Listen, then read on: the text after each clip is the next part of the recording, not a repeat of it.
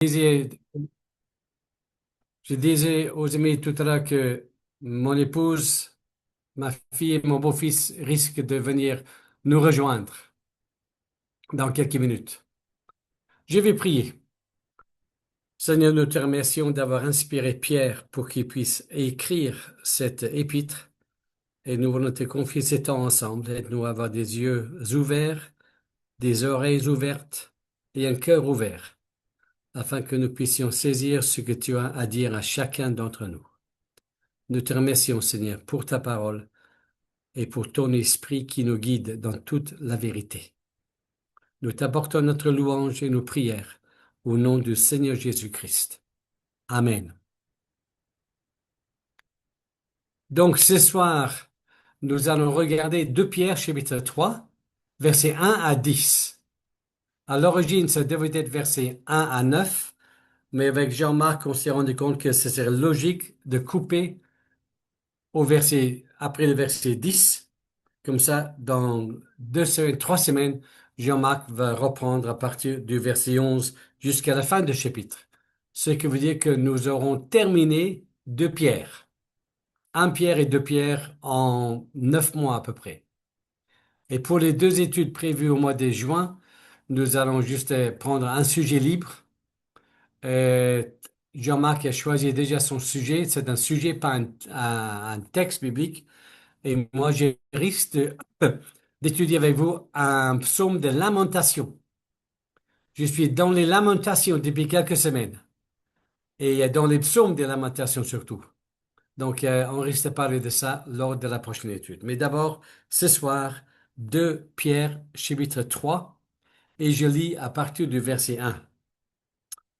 Bien-aimés, voici déjà la deuxième lettre que je vous écris.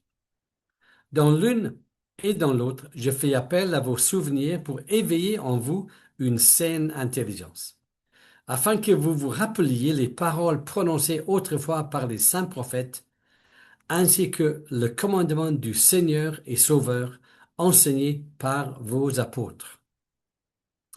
Sachez avant tout que dans les derniers jours viendront des moqueurs pleins de railleries.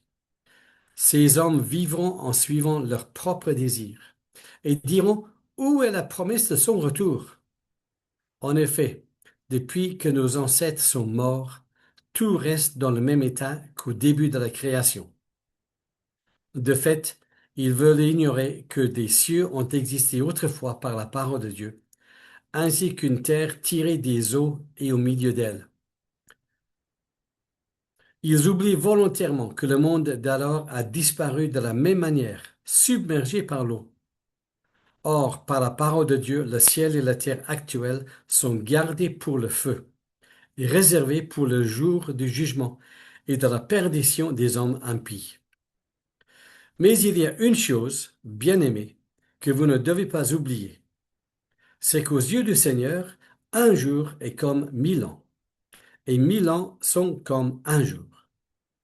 Le Seigneur ne tarde pas dans l'accomplissement de sa promesse, comme certains le pensent. Au contraire, il fait preuve de patience envers nous, voulant qu'aucun ne périsse, mais que tous parviennent à la reconnaissance.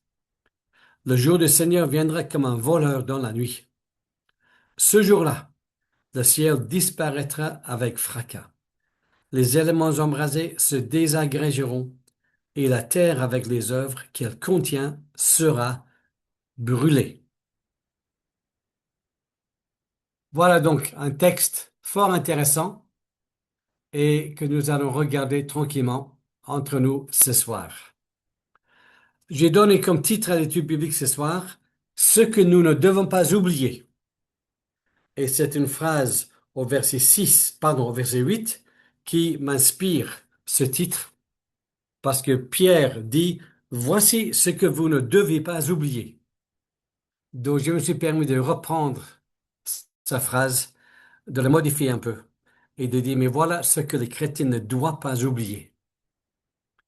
Au début du dernier verset, le verset 10, Pierre nous informe ou nous rappelle que Jésus va revenir comme un voleur. Le jour du Seigneur viendra comme un voleur. Jésus va revenir comme un voleur dans la nuit. Et bien sûr, il s'agit de l'espérance et de la certitude que nous avons tous de la part du Seigneur. Jésus va revenir. Le jugement va avoir lieu. La délivrance va se faire un jour. Et Jésus va être déclaré vainqueur, roi des rois et seigneur des seigneurs. Mais en attendant ce jour-là, nous ne devons pas oublier certaines choses. Alors j'ai trouvé 5 choses que nous ne devons pas oublier dans notre vie quotidienne. La première chose, la Bible dit vrai, versets 1 et 2. Nous ne devons pas oublier que la Bible est la vérité. Alors c'est un thème que nous avons abordé il y a un mois lorsque nous avons regardé la fin du chapitre 1 et début du chapitre 2. Mais c'est un thème qui revient parce que Pierre veut vraiment que les chrétiens sachent que la Bible est la vérité et que la Bible dit vrai. Et j'aimerais souligner un aspect pédagogique de la part de l'apôtre Pierre. Il appelle les chrétiens auxquels il écrit frères et sœurs bien-aimés. Verset 1, verset 8 et aussi verset 14. Et il emploie ce terme au moins 2 fois dans 1 Pierre. 1 Pierre 2, 11 et 1 Pierre 4, 12. Pierre aime ses auditeurs. Ses auditeurs aiment l'apôtre Pierre. Et Pierre, comme un bon pédagogue, répète ce qu'il a déjà écrit. Il rappelle ce qu'il a déjà dit. Et il aime ceux à qui il écrit. Alors, je souligne ça parce que nous, nous avons 4 enfants et 3 sont des professeurs dans des lycées et collèges. Et ils ont tous été marqués par des professeurs quand ils étaient lycéens ou collégiens, des professeurs qui étaient des bons profs et qui aimaient les élèves. Leur travail n'était pas juste un job, c'était presque une vocation. Parce qu'ils aimaient les élèves et voulaient que les élèves progressent. Et Pierre, il a la même attitude. C'est pas seulement des chers frères et sœurs, mais des frères et sœurs bien-aimés. Et que cela fait du bien. Combien cela fait du bien dans nos églises de nous savoir aimer par nos frères et sœurs.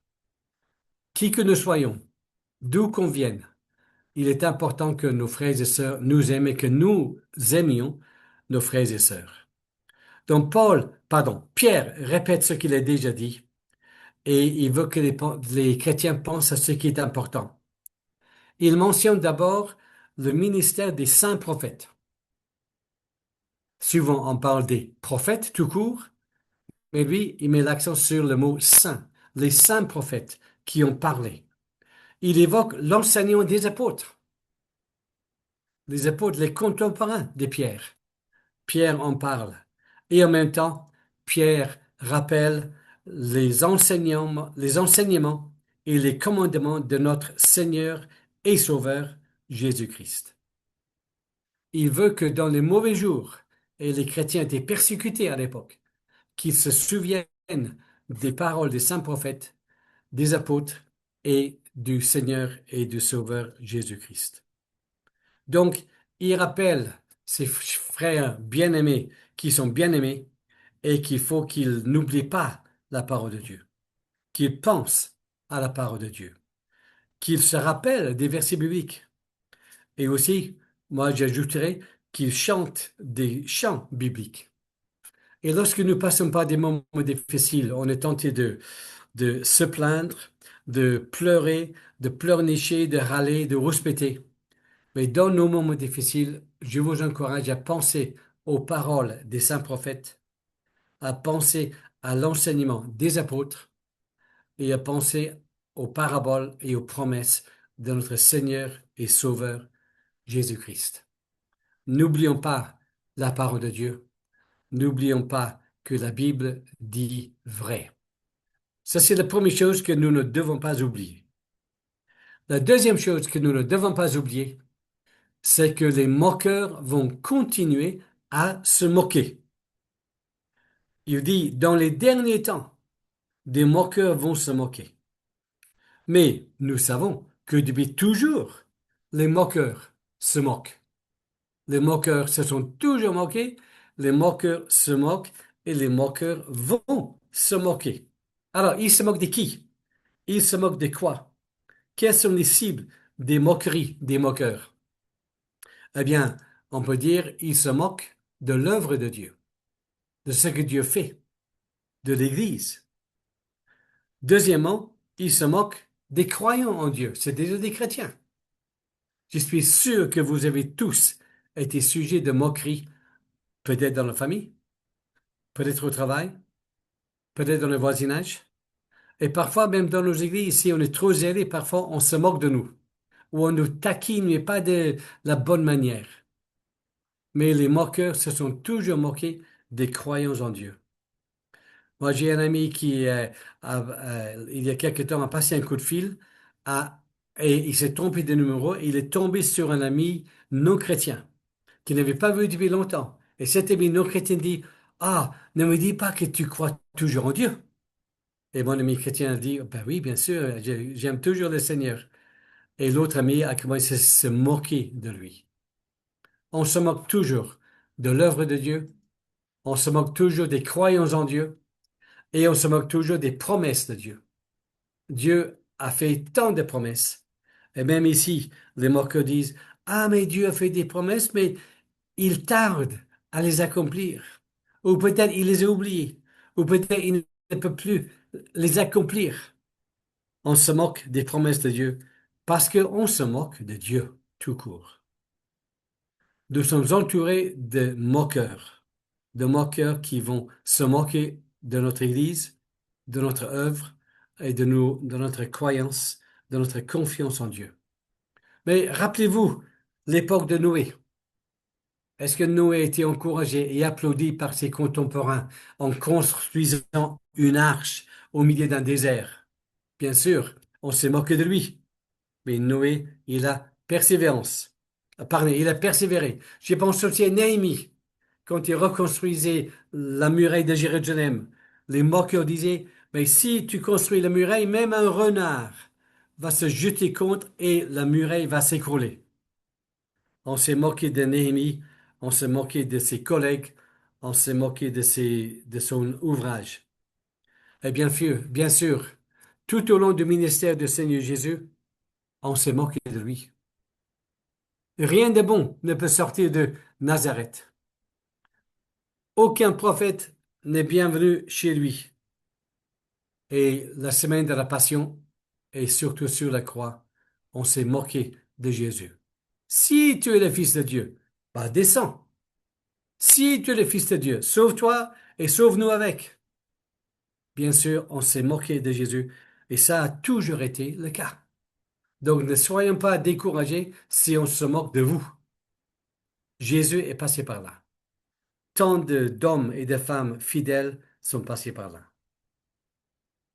Les plus âgés parmi nous, ou devrais-je dire les moins jeunes parmi nous, se rappelleront peut-être d'une émission politique dans les années 70, 80, 90, où on interviewait une femme ou un homme politique sur la politique, et à la fin de l'interview, qui durait 1 heure et demie, 2 heures, la dernière question était toujours la même. Et la dernière question était tout simplement, si Dieu existe, qu'est-ce que vous lui direz le jour de votre mort?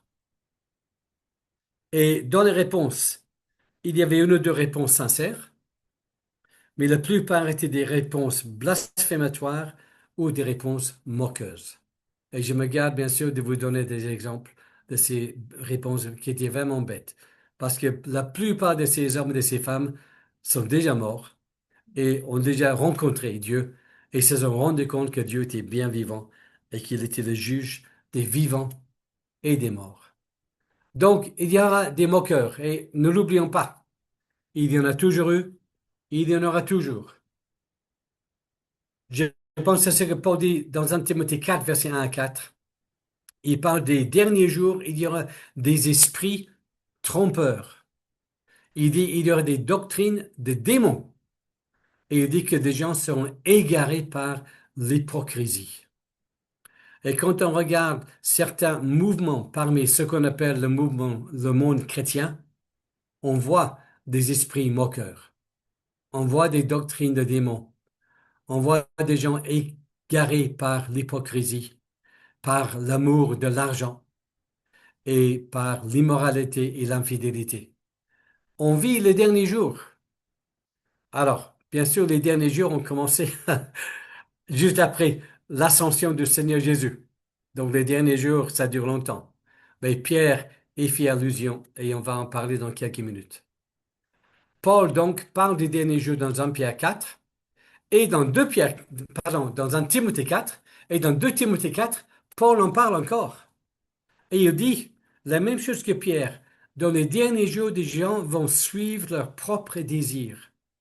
Et ici, au verset 3 de 2 Pierre 3, Pierre dit la même chose. Ils suivent leurs propres désirs. C'est-à-dire, à la fin des temps, les gens ne vont pas vouloir écouter la bonne doctrine, et ils vont vouloir écouter des doctrines qui font plaisir, des doctrines qui ne viennent pas de la parole de Dieu, mais des doctrines qui chatouillent les oreilles et qui font plaisir. Des doctrines qui encouragent les gens à donner, donner, donner beaucoup d'argent pour recevoir beaucoup, beaucoup d'argent par la suite.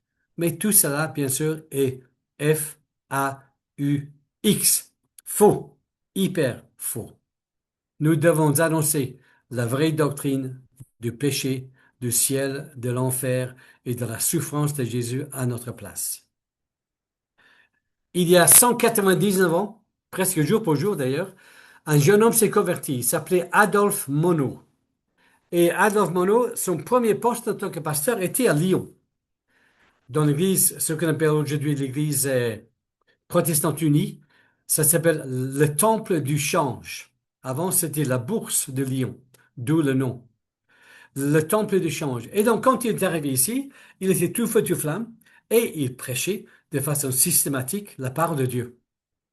Mais après quelques mois, des gens du conseil ont commencé à lui dire, ah, monsieur le pasteur, ce que vous dites ne nous plaît pas trop parce que vous parlez de l'enfer, vous parlez du péché, vous parlez de l'importance de se repentir et de demander pardon. Mais vous savez, nous, on est des médecins, on est des profs, on est des notaires, on est des bonnes familles. Donc on ne peut pas nous traiter de pécheurs, on ne peut pas nous dire qu'on va en enfer. Il faut que vous changiez votre message. Alors, quand un conseil d'église dit cela à un pasteur, le pasteur a deux choix, pour un choix. Soit il continue au risque de se faire éjecter, soit il s'en va. Eh bien, Adolphe Monod a continué. Et un jour, dans une prédication, c'était lors de l'Assemblée générale, il a dit, est-ce que notre église est l'église de Jésus ou l'église de Satan? Alors là, il y a eu un tremblement de terre, presque une explosion nucléaire parmi j'ai failli dire les chrétiens, parmi les membres de l'Église, et il se vit éjecté sur le champ. Il ne voulait pas changer de message. Il savait que la Bible parlait du péché, de la rédemption, de la repentance, du ciel et de l'enfer. Mais les gens, à l'époque, il y a 200 ans, ici même à Lyon, là où j'habite, eh bien, ils préféraient écouter des choses qui faisaient plaisir. Ils ne voulaient pas la vérité. Donc, ne soyons pas surpris, les moqueurs vont continuer à se moquer. Deuxième chose, donc, nous ne devons pas oublier que les moqueurs vont se moquer. Troisième chose, nous ne devons pas oublier que Dieu est déjà intervenu dans l'histoire du monde. Versets 5, 6 et 7. D'ailleurs, certains semblent l'avoir oublié. Mais Pierre précise que les moqueurs veulent ignorer la vérité. Ils veulent ignorer que Dieu a déjà agi dans le monde.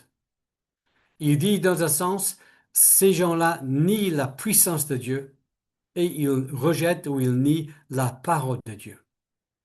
Et Pierre, comme vous avez vu dans le texte, il dit que ce soit la puissance de Dieu exercée lors de la création ou la puissance de Dieu mise en œuvre lors de la destruction du monde par le déluge, eh bien, Dieu a agi. Dieu est intervenu au niveau mondial et bien sûr au niveau local. On peut penser à Sodome et Gomorrhe, on peut penser à d'autres situations. On peut penser aussi à des dictateurs sanguinaires mentionnés dans la Bible que Dieu a détrônés, que Dieu a rabaissés, que Dieu a humiliés parce qu'ils étaient des moqueurs et des blasphémateurs, des hommes immoraux et idolâtres. Dieu intervient dans le monde. Et on peut penser peut-être même aussi à des histoires récentes dans l'histoire où Dieu est intervenu pour chasser des gens qui étaient corrompus XXL. La puissance de Dieu et la parole de Dieu agissent en faveur du peuple de Dieu. Et soyons encouragés, Dieu est toujours à l'œuvre. Sa parole est puissante et sa main droite, comme le dit le psalmiste, est aussi une puissance. Et Dieu agit en œuvre, pardon, en faveur de son peuple. Et la puissance de Dieu tient ce monde dans sa main et tient ce monde et garde ce monde pour le jugement dernier. Depuis quelque temps, on parle des guerres et pas que des rumeurs, mais des guerres et des guerres et des guerres et des guerres. Mais c'est Dieu qui tient ce monde dans sa main. C'est lui qui va décider le quand, le comment tout cela va se terminer. Dieu garde le monde dans sa main pour le jugement dernier, tout comme Dieu garde les chrétiens dans sa main pour la récompense et pour la vie éternelle. Et nous avons vu cela dans 1 Pierre chapitre 1. Dieu nous garde jusqu'à ce qu'on le voie face à face. Donc faisons confiance à la puissance de Dieu, à la parole de Dieu et à la main de Dieu. Les chefs d'État, les présidents, les rois, les reines peuvent se moquer de Dieu, peuvent prendre des décisions terribles et faire souffrir des gens innocents de façon terrible, mais Dieu aura le dernier mot. Et en pensant aux chefs d'État, je ne peux pas m'empêcher de penser au psaume 2, verset 4. Dans ce psaume, le psalmiste parle des chefs, des peuples du monde qui veulent se débarrasser de Dieu, qui veulent se débarrasser de des lois de Dieu et de l'existence de Dieu. Et au psaume 2, verset 4, nous lisons tout simplement, celui qui siège dans le ciel rit. Le Seigneur se moque d'eux. Ce qui veut dire que Dieu se moque des moqueurs. Et je peux vous dire que, comme toujours, Dieu aura le dernier mot. Les chefs d'État peuvent se moquer de Dieu. Les chefs d'État peuvent blasphémer. Monsieur, madame, tout le monde peut se moquer de Dieu. Mais Dieu se moque des moqueurs. Et ce verset dans le psaume 2 devrait nous faire trembler. Celui qui siège dans le ciel rit. C'est pas tous les jours qu'on voit que Dieu rit. Mais le Seigneur se moque de ces gens-là. Parce que Dieu aura le dernier mot. Dieu a déjà détruit le monde et il va de nouveau détruire le monde. Faisons confiance au Seigneur. Faisons confiance à ses interventions dans notre vie. On ne parle jamais de la chance ou du hasard ou d'un coup de bol pour les chrétiens. On parle toujours de l'intervention de Dieu dans la vie du chrétien. Il est déjà intervenu, donc ne l'oublions pas que Dieu va continuer à intervenir dans ce monde. Quatrième chose que nous ne devons pas oublier, c'est que le Seigneur est patient et compatissant. Verset 8 et verset 9. Permettez-moi de vous rappeler un verset fondamental dans la parole de Dieu. Exode 34, verset 6. L'Éternel, l'Éternel est un Dieu de grâce et de compassion, lent à la colère et riche en bonté et en vérité. Une vérité qui était révélée à Moïse et qui est relatée dans Exode 34, verset 6. Un Dieu de grâce, un Dieu de compassion, lent à la colère et riche en bonté et en vérité. Quand mes enfants étaient petits, Ils se moquaient de leur papa. Et de temps en temps, ils disaient, mais papa, il est lent à la compréhension et riche en cholestérol. Alors, il se moque toujours de moi. D'ailleurs, comme je dis, j'ai ma fille de 30 et quelques années, 32 ans à côté de moi, qui est en train de rigoler parce qu'elle se souvient de ses taquineries quand elle était petite et gentille. Maintenant, elle est grande et elle est toujours gentille. Et heureusement, comme ça, maman. En tout cas, donc, l'Éternel est patient et compatissant. Et on ne doit pas l'oublier. Alors, j'aimerais juste dire que ce verset, Exode 34, 6, se retrouve 8 fois, 9 fois dans la parole de Dieu. Et dans chaque catégorie de livres dans l'Ancien Testament. Je m'explique. Vous savez, dans l'Ancien Testament, les 5 premiers livres, on les appelle le Pentateuque, et ce verset en fait partie. Après les livres de la loi, le Pentateuque, il y a les livres historiques. Et à deux reprises, ce verset est cité dans un livre historique, à savoir 2 Chroniques 30, 10 et Néhémie 9, 17. Après les livres historiques, il y a bien sûr ce qu'on appelle les livres poétiques. Et dans les livres poétiques, c'est-à-dire Job, les psaumes, Proverbes, Ecclésiastes et Cantiques des Cantiques, eh bien, on a ce verset qui est cité 4 fois. 4 fois dans les psaumes. Le psaume 86, le psaume 103, le psaume 111 et le psaume 145. Et puis, la dernière catégorie de livres dans l'Ancien Testament, c'est bien sûr les livres prophétiques. Et, chose curieuse, pas dans les grands prophètes, mais ce sont deux petits prophètes, comme on dit, des petits prophètes qui citent ce texte, à savoir Joël en Joël 2,13 et Jonas, le prophète réticent, comme on dit. Jonas le cite dans Jonas 4, verset 2. Et bien sûr, ces prophètes et d'autres ont cité ce verset parce qu'ils le connaissaient par cœur. Ils n'avaient pas leur petit Nouveau Testament de Gédéon avec les psaumes dans leur poche, dans leur sacoche, dans leur valise. Ils connaissaient par cœur ce verset biblique. D'où l'importance pour nous d'apprendre et de connaître des versets bibliques par cœur. Donc le Seigneur est patient et il est compatissant. Et pour appuyer cela, Pierre cite un texte du psaume 90 dans lequel Moïse, qui a écrit ce psaume, d'ailleurs le seul psaume de Moïse, c'est le 90, il dit, un jour est comme 1000 ans, et 1000 ans pour Dieu est comme un jour. Alors, est-ce que vous avez l'impression que parfois un jour ressemble à 1000 ans quand vous attendez quelque chose, quand vous priez pour quelque chose, quand vous êtes dans la souffrance et dans la douleur? Eh bien, prions que le Seigneur nous donne la patience. Prions que le Seigneur nous aide à calculer et à compter comme lui. On a besoin de la patience dans nos activités. On a besoin de la patience dans nos prières. On a besoin de la patience dans notre travail, dans notre vie de tous les jours et dans notre service pour Dieu au sein de notre Église et de nos associations chrétiennes. Dieu ne va pas oublier quoi que ce soit. Et Dieu veut attendre que de plus en plus de personnes se convertissent. C'est pour cela que Pierre dit, Dieu attend, Dieu est patient, Dieu est compatissant.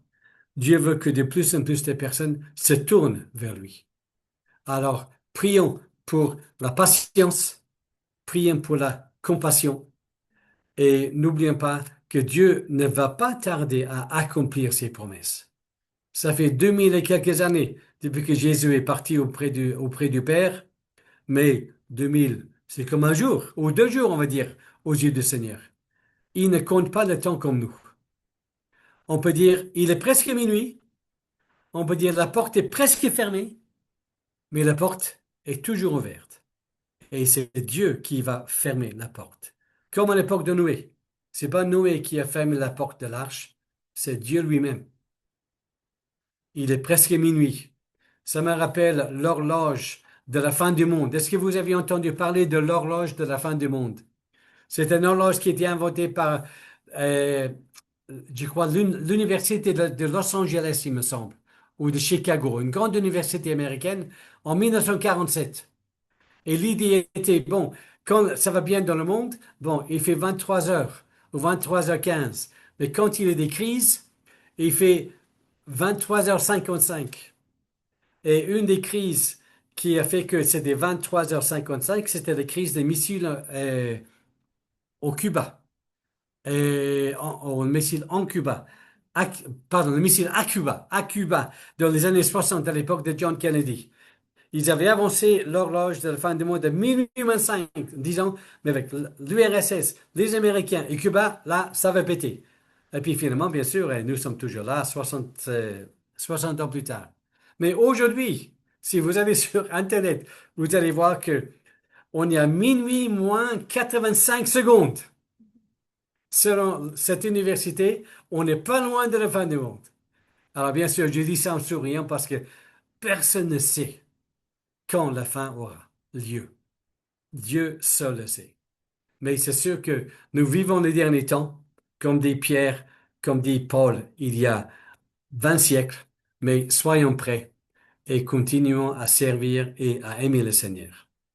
Et en parlant de la fin des temps, de la fin du monde, du retour du Seigneur, Pierre termine ce texte avec le verset 12 en parlant de Jésus, que son retour ressemblerait à un voleur. Ah, bien sûr, un voleur, c'est pas tous les jours qu'on parle de Jésus comme un voleur, mais comme un voleur dans la nuit. Et j'aimerais souligner trois choses au sujet du retour de Jésus, ou au sujet du jour du Seigneur. Un mot, c'est le mot visible. Le deuxième mot, c'est le mot voleur. Le troisième mot, c'est le mot vérité. Visible, voleur et vérité. Le retour du Seigneur Jésus sera, premièrement, un événement visible. Apocalypse 1,7, tout œil le verra. Acte 1, verset 11, les anges ont dit aux disciples qui étaient complètement perdus, Jésus reviendra de la même manière, c'est-à-dire de façon physique, corporelle, personnelle et visible. Quand Jésus est venu la première fois, plein de gens n'avaient pas compris son identité. Quand il viendra une deuxième fois, il n'y aura aucune erreur quant à son identité. Tous sauront que c'est le Seigneur. Mais les genoux vont se plier, soit pour l'adorer en tant que sauveur, soit pour le reconnaître en tant que juge et Seigneur et roi. Le retour de Jésus sera un événement visible. Deuxièmement, le retour de Jésus sera un événement subi et inattendu, comme un voleur dans la nuit. Vous savez, si vous savez que votre maison va être cambriolée à 3 heures demain matin, est-ce que vous allez vous coucher ce soir après la tisane et après les infos de je ne sais pas quelle chaîne de télé et puis dormir sur vos deux oreilles? Bien sûr que non. Vous allez contacter le CRS, le, euh, le BRI, le GIPN, le GIGN, l'armée et tout pour garder votre maison. Mais non, un voleur ne prévient pas quand il va venir. Et Jésus va venir comme ça. Et cette image de voleur, Jésus s'en sert lui-même de Matthieu 24. Il en est question dans Luc 12. Et Pierre en parle dans 1 Thessaloniciens 5. Et Jésus en parle dans Apocalypse 3. Et aussi Jean en parle dans Apocalypse 16. Donc 5 ou 6 textes bibliques parlent du retour de Jésus comme étant un voleur dans la nuit, subi et inattendu. Même si on l'attend, même si on sait qu'il va revenir, ce sera quand même à un moment où on ne l'attend pas. Et troisièmement, vérité. Le retour de Jésus sera selon la vérité, parce que Jésus l'a promis. Les apôtres l'ont promis. Les anges l'ont promis. Le Père l'a promis. La Bible l'a promis. Jésus va revenir, c'est la vérité. Et pour citer 1 Thessaloniciens 1, verset 10, Dieu nous appelle à le servir en l'attendant, comme disait le titre de la revue des églises COF pendant plus de 40 ans. Servir en l'attendant. Alors, quels sont les signes de la fin de Jésus? Alors, on les a déjà évoqués dans le passé en parlant de l'évangile de Marc, mais il y aurait des faux Christ, des faux Messies, des faux prophètes. Là, on n'a pas besoin de regarder très loin pour en voir. La séduction spirituelle et religieuse avec de plus en plus de sectes et de mouvements religieux bizarroïdes. Il y aurait de plus en plus de guerres et des menaces de guerre et des rumeurs de guerre, de plus en plus de famine, de tremblements de terre, de persécution des chrétiens. Mais il y aura aussi un grand élan missionnaire, où le mot à la mode maintenant dans le monde évangélique, c'est un grand élan missionnel. Mais il y aura de plus en plus de problèmes et de drames au niveau familial, des homicides, des patricides, des fratricides, et le nouveau mot, malheureusement, des féminicides, des meurtres, des assassins, et tous les jours, il y a des gens qui sont tués, assassinés, rien que en France, et rien que dans notre région lyonnaise ces derniers jours, il y a eu plusieurs cas d'assassins ou de torture ou toutes sortes de, de, de cruauté envers des hommes, des femmes et aussi, malheureusement, envers des enfants. Tout cela, ce sont des signes de la fin, une détresse inouïe et sans précédent. Mais Dieu est sur le trône. Dieu règne. Et un jour, Jésus reviendra. Et nous, si nous sommes à lui, nous partirons pour être pour toujours avec le Seigneur. Alors, je vais m'arrêter là. Et merci de votre écoute. J'espère que vous êtes tous là. Je ne vois pas tout le monde. Merci de votre écoute. Je vais arrêter le partage de l'écran. Et puis, je vais vous demander si vous aimeriez réagir ou revenir sur quelque